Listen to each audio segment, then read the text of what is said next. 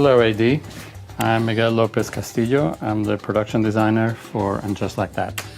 I'm Karin Wiesel Holmes. Welcome to your exclusive tour of Carrie Bradshaw's home. Wait till you see the inside.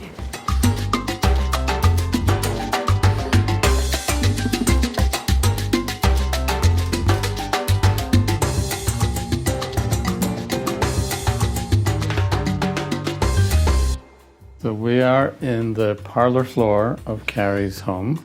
This is a townhouse based on an actual structure in Gramercy Park in a Greek revival style.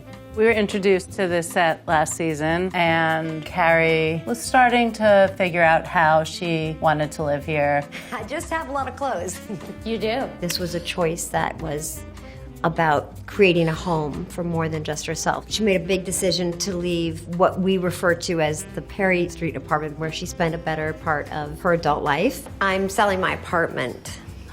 So she's found this extraordinary couple floors in Gramercy. And over the course of the season, she makes decisions decorating. Oh, stay on the runner. Oh. Hi! Hi. I got Mexican. Oh, that's so nice, but we just ate. Seema came back to see my new table. I had worked on the show on Sex and the City, seasons 2 through 6, and I had worked on it Just Like That, seasons 2. And although I had done a lot of work in Carrie Bradshaw's existing apartments, I had never done a new Carrie Bradshaw apartment from start to finish. Michael Patrick described it as the most beautiful apartment in New York. When Seema first presents it to Carrie, it says, I have an exclusive, you want to see it? You know, something worth giving up my jewel box. Well, the most spectacular place has shut up on the market. So before we show you the rest of this floor, we want to bring you up to Carrie's bedroom, office, and closet. This doesn't actually lead anywhere. We have to go to another stage.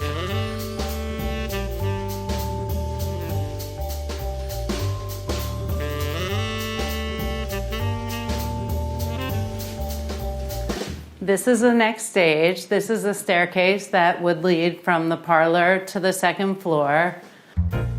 The chandelier was a chandelier from Plaza Suite, and it had traveled to Boston, or then it traveled to New York, then it traveled to London, and then it traveled back to New York, and it was going to be left in London, and it's a really spectacular piece, and I'm sentimental about it, so when they were going to just leave it in London, I said, can we bring it home?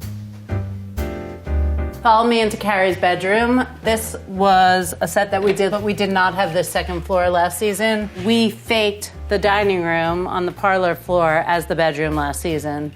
Across from here leads you into Carrie's office. This is the desk that was in her old apartment. This chair was in her apartment in the series, as was this table. And this blue table, it's evolved into the office where she is in the middle of being incredibly productive on her new book.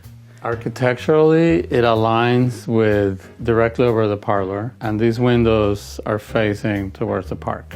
We wanted that direct exposure to daylight and the large trees, but then it became a whole other saga of developing where to best look at her at work, and also the relationship to the outside, which she has always had with the positioning of her desk. We always knew that we were going to build in a love seat. We were trying to figure out what is the fabric. At some point, I had bought a vintage shirt that looks like this. And it was pointed out to me that Carrie had that same shirt in her closet. And I had showed it to Sarah Jessica, and she was like, well, what if we made the built-in out of those shirts? And a light bulb went off in our heads, and we found shirts on eBay and Etsy, and we put them together. Some of them had embroidery, so we left in those details.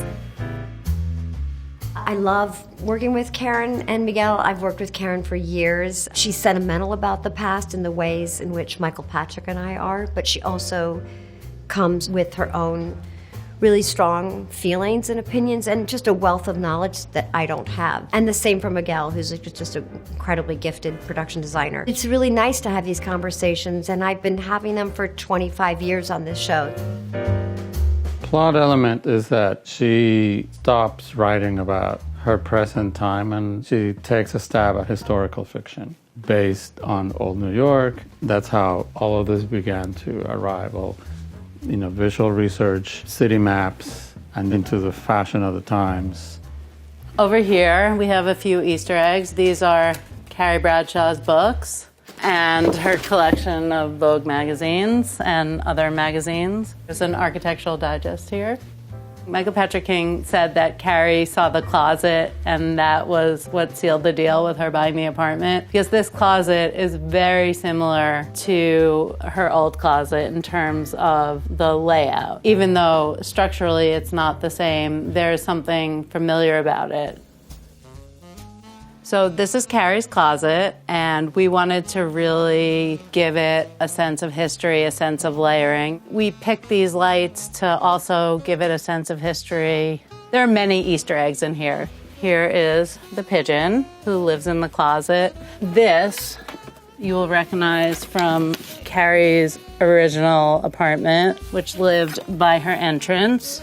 Since season 1, the clothing, the shoes, the handbags, the jewelry, all is archived. So we work with the costume department to be able to have Carrie's real wardrobe in here, which is highly unusual for a TV show. And if you had time to poke around, there's a story behind almost all of this clothing. Exactly. I like my money right where I can see it, hanging in my closet. This is the bridesmaid dress from Charlotte's wedding.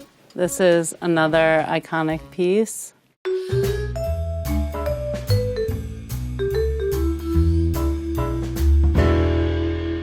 This is the guest room and also where Shu, her cat, lives. It has all of Carrie's old bedding, bed, dresser, and her vanity. The cat tree was a plot point, which you saw Carrie and Miranda putting that together. You don't think this is overkill? Miranda, she's my only child.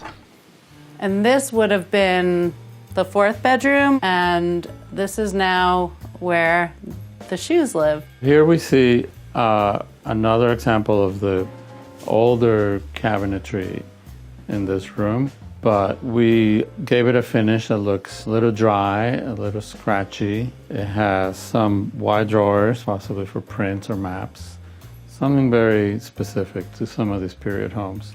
These are all of Carrie Bradshaw's shoes. There are some from the original series. There are some that she wears this season.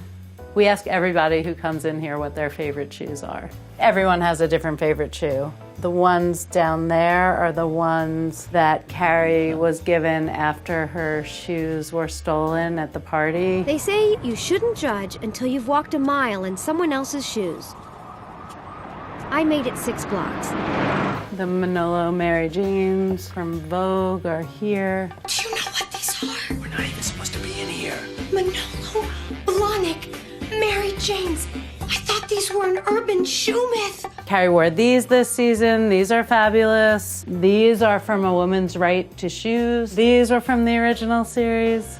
This is from the series finale, from when Carrie's in Paris. We tried to continue the story here in a more subtle way with the gold rug. We didn't want it to pull focus from the more important shoes. It found its place in here, and I think it really makes the room.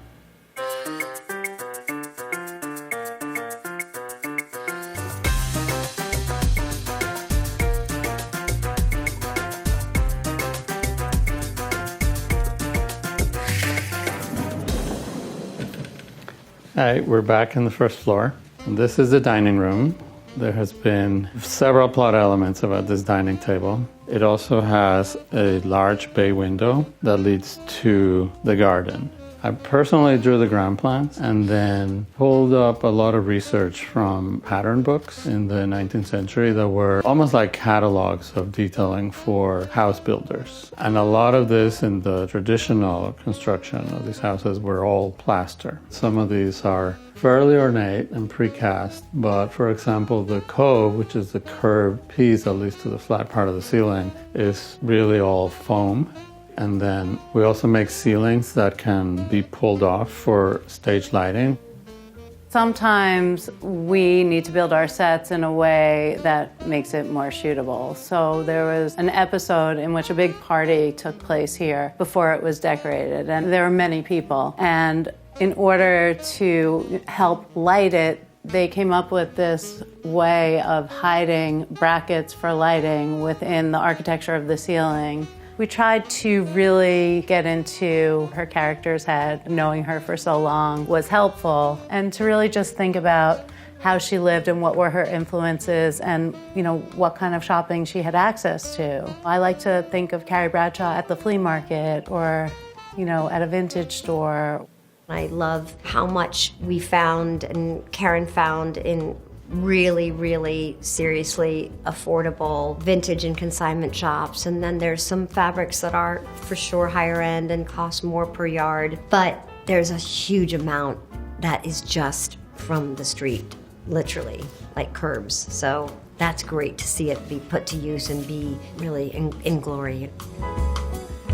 We try to add personal life layer touches, some reference for her book. We have local drugstore matches, maybe a Tootsie Roll, that kind of thing. There are also the kinds of objects that Sarah Jessica really likes to have. Michael and I have been there from the beginning, and I think we feel it's incumbent upon us to share what we know and how we've arrived at decisions. It's a privilege to be part of the conversation, but it also is my job, and I take it seriously. It matters a great deal to me. All those details matter.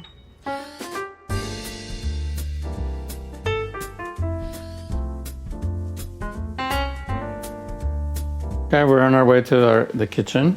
Here we go through what would be called the butler's pantry, which is the more antique set of details in terms of the cabinetry and the style. Stained oak with a very waxy, preserved finish. We made this the entertaining area, the bar, so this is where all that is stored, and this is more household items.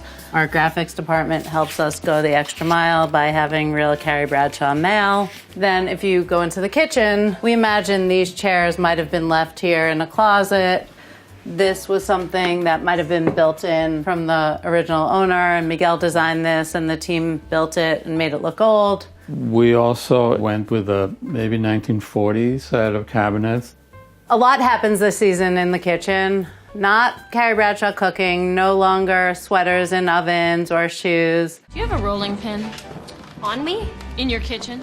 Are you kidding me? I use my oven for storage. And the small size is a challenge for shooting, but this wall does come out, the cabinets pull out, and they can shoot from behind if need be. We left this old dispenser of wax paper, tinfoil, just little touches like that.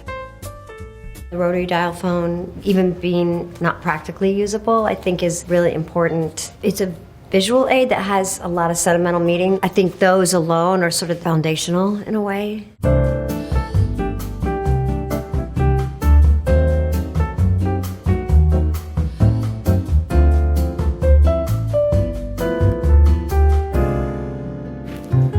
This is the garden that Carrie shares with her new downstairs neighbor, Duncan. And what we see here is a brick courtyard that, in my mind, is the oldest part of the house that was never changed. So when Carrie first moved in, she encountered this overgrown, messy, romantic, wild, bushy place. So we end up with a much more minimalist style of landscaping. And for the season, what we're seeing here in the series, we're in mid to late November. So we're going into winter. There's a mix of live and artificials because it's very, very difficult to maintain live plants on a stage. The garden also has major plot points. Oh my God. It's all gone. There are a few seasons that we go through. There are a few changes in the garden. People are met in the garden. There is a big plot where Carrie and Duncan meet. Welcome wagon. I beg your pardon? Oh, that's something that we say here in America when someone joins the neighborhood. Duncan rents the space downstairs to write, and they have very opposite schedules. Opposite personalities. He's very much a reclusive, intellectual type. It was amazing to be able to create this space below Carrie's and to have the spaces be contiguous. That was very exciting. To have two spaces in the same building that look so different, from the height of the ceiling to the finishes to the colors and even the furniture. Duncan's apartment he rents, but he brings his personality into it. So that was its own decorating challenge of how to create a space with history that we knew very little about, and then to add on top of that the personality of a character, how to integrate that into the space.